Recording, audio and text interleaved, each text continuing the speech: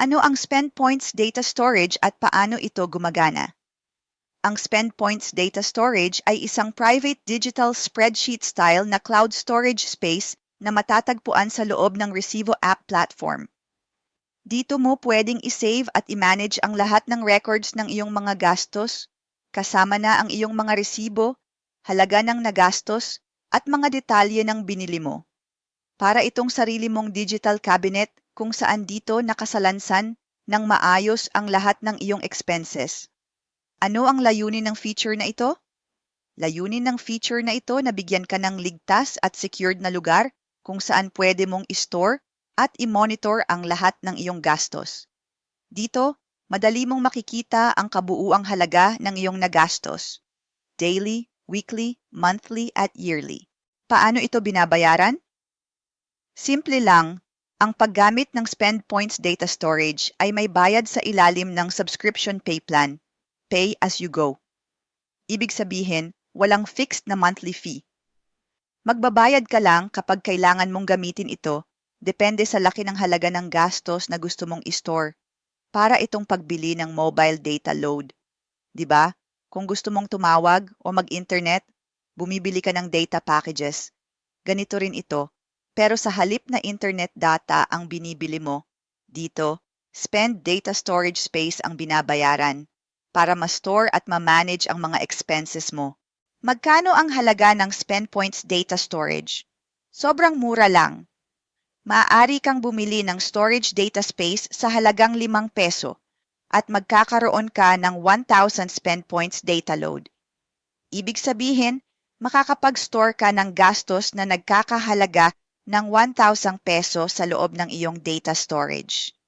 Halimbawa, kung bibili ka ng 50 peso na halaga ng Spend Points data, magkakaroon ka ng 10,000 spend data load na sapat para i-store ang gastos na umaabot sa 10,000 peso.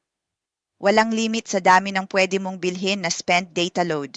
Siyempre, kung ikaw ay isang negosyante na malaki ang gastusin, mas marami kang bibilhin na data storage space upang ma-manage at ma-monitor ang iyong business expenses. Para mas madaling maunawaan, narito ang formula. 5 peso sa bawat 1,000 spend points data storage capacity. Paano bumili ng spend points data? Napakadali lang bumili ng spend points data. Sa dashboard ng app, i-click mo ang purchase button at dadalhin ka nito sa online store page.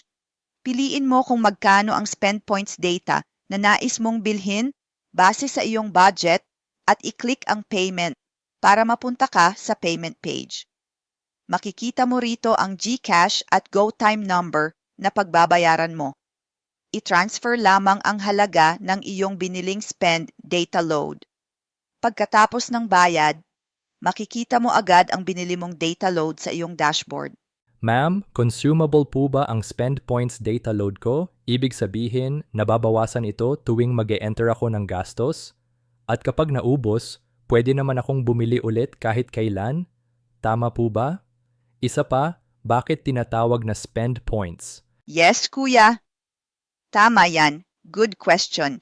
Ang spend points data ay consumable. Sa bawat entry ng iyong gastos, nababawasan ito at kapag naubos na, bili pa more, kahit kailan mo gusto. Bakit tinatawag na spend points? Sapagkat sa tuwing bumibili ka ng spend points data, makakatanggap ka ng reward points na tinatawag na gold points. Lumalago ito dahil sa Compounding Group Connect program. Dito naiiba ang Recibo Spend Data Storage Load compare sa Internet Data Load sapagkat dito may matatanggap kang reward. Ito ang mga gold points na maaari mong i-convert bilang cash savings. Sa susunod na video, ipapaliwanag namin kung ano ang gold points reward at kung paano ito nagiging dagdag kita para sa iyo. Maraming salamat po.